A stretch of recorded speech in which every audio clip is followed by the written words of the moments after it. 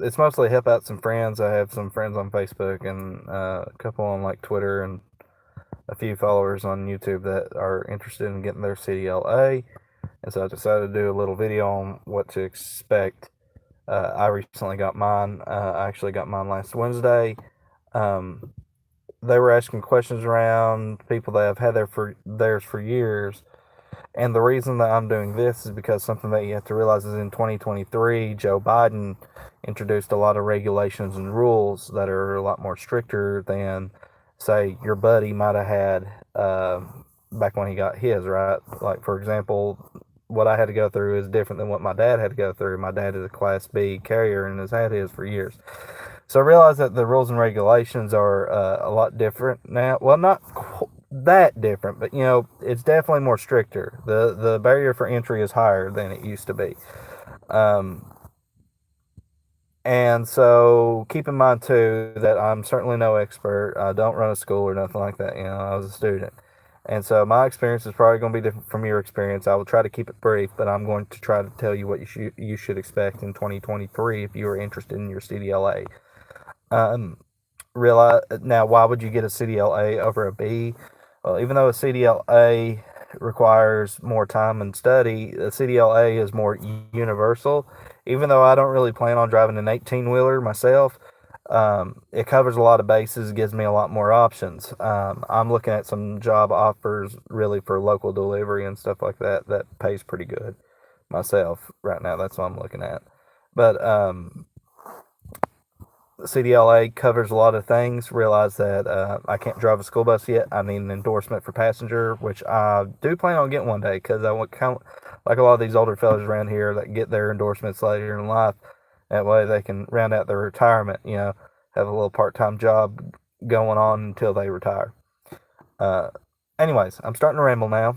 What can you expect? Well, realize that I went through an employment opportunity group for where I got laid off. I qualified because I did not have a callback date during that time, and so they paid and provided everything for me. Your experience might differ. If you are not going through such a program, expect to pay quite a bit of money, and I'll get to some of the prices here in a little bit. Um, First and foremost, they set me up with a school that brought me in for orientation. That's something that's different now is that you do have to have formal training now through a school, through a federally recognized school. Um, it's not like how the driver's license used to be, where you could just have a licensed driver right next to you, and they can like verify, and then you took a test. You have to go through training now in so many hours. But first, I'm going to go through step by step. I started with the school, brought in for orientation. They had us watch a couple of videos. We answered a quiz to show that we were interested. We're paying attention to what is being the information that we're given. Very short quizzes, like 10-question quizzes. After watching a few videos, then they gave us a CDL manual and a copy of the Federal Regulations Pocketbook, which does change and is revised pretty often. Uh, so I got mine, but I'm pretty sure mine might be out of date by now. With that being said, after that, I was set up with a DOT physical.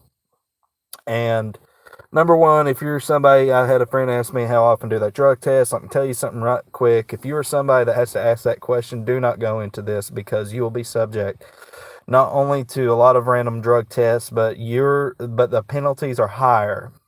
The stakes are higher. So if you cannot give up that lifestyle, do not get into this. We don't need somebody like that. We don't need somebody like that out on the road. Okay. So if you were asking that question, don't even take a look into this. But if you think you can give that up, or if you think you need help, get help, and then you can start looking into this.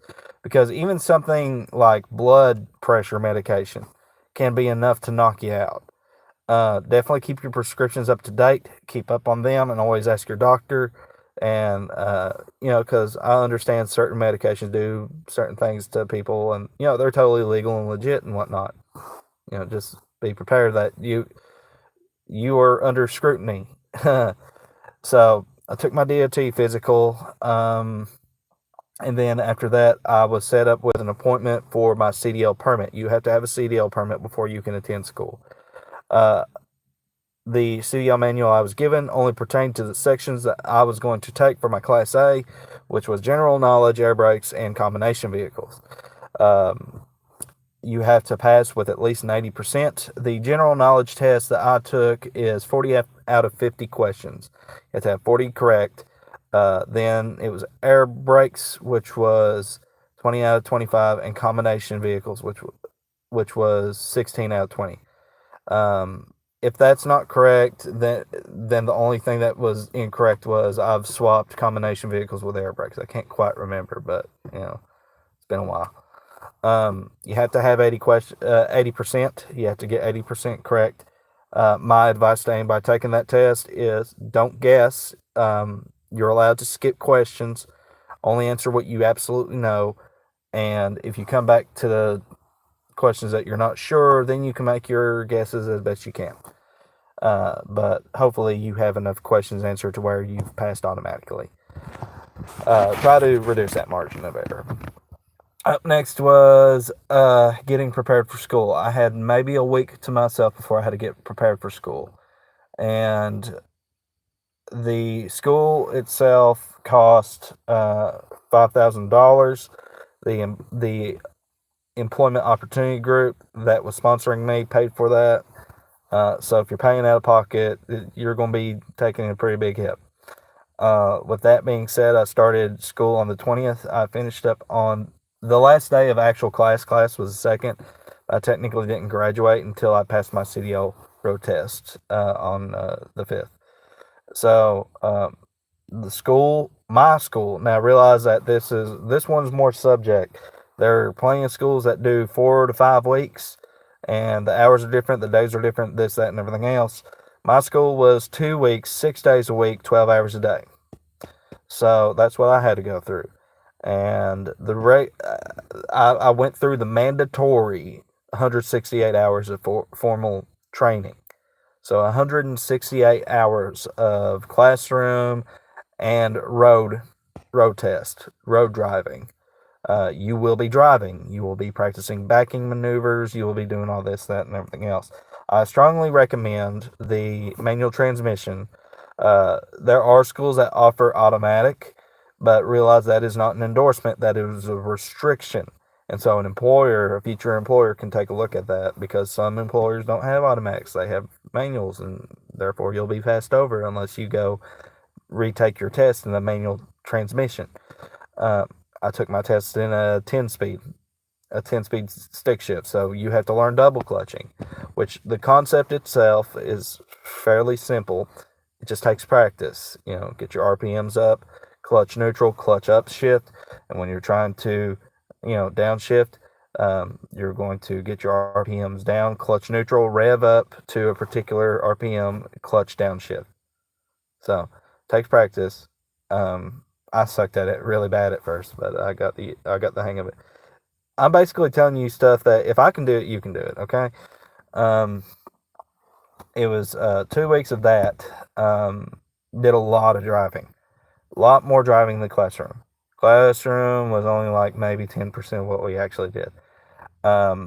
So let's say you go through school, you get everything done. Now it's time for it. Now it's test day. What do you do? What can you expect on test day? Well, they're going to have somebody from the DMV, normally a police officer, come down. Mine was a police officer. And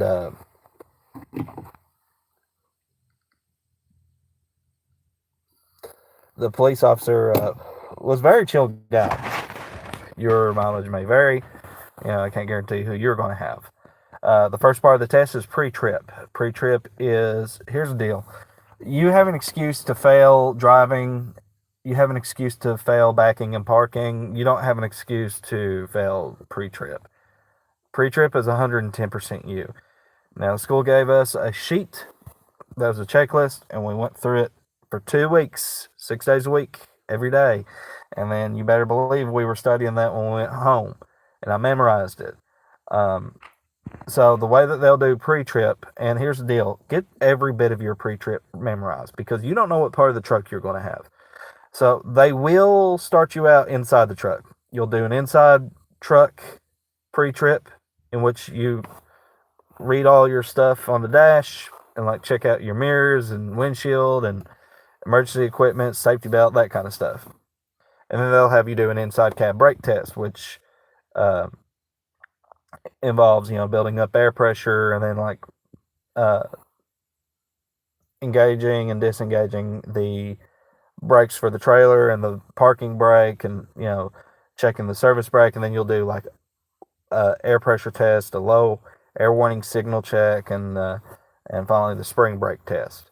After you've done that, they'll take you outside. Again, you don't know what part of the truck you're going to have. You could have front of tractor.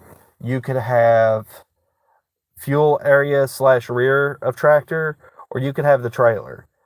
But you will definitely get the coupling system. The coupling system will be on the test, and whichever part of the truck you will get will determine where you start. For example, the guy who went tested in front of me, he got front of tractor and the coupling system. So he starts with the front of the tractor, then moves on to the coupling system. Myself, I got the coupling system in the trailer. So I had to start with the coupling system, then move on to the trailer. After that, you will do backing and parking. Now, this one is a little bit more subject. Even though it is much more regulated now, there are certain jurisdictions that do not require you to learn certain things. So I did not have to learn alley docking, the 90-degree angle one. They started me with straight line backing, where you pull forward, then you back in a straight line outside the box, set your parking brake, honk the horn. Then I did driver side offset, where I pulled forward to the cone, and I'm going from the left to the right, but I'm using my driver's side mirror. So like I'm backing up, like trying to angle myself to where it's just a straight line backing after that. And then I got blind side parallel parking, and that one sucks. That one's not fun to do because you're using that tiny little mirror for a lot of stuff. Driver's side is not much better, but you can definitely see out better. It's easier to judge where you are. And certain schools teach parallel different ways. Our school did not teach cut and roll. You cut, you stop. So you only cut when you stop. Some schools teach cut and roll, so realize that. If you've passed the pre-trip portion and you have passed the skills portion, which is the backing and parking, they will now take you for the road test. And to be honest with you, the road test, in my opinion, is the easiest part of this besides pre-trip. You just have to get over nerves, okay? They'll ask you some questions. They'll ask you about road signs. They'll ask you about what you're doing. Just try to pay attention to the road, pay attention to what the instructor is telling you.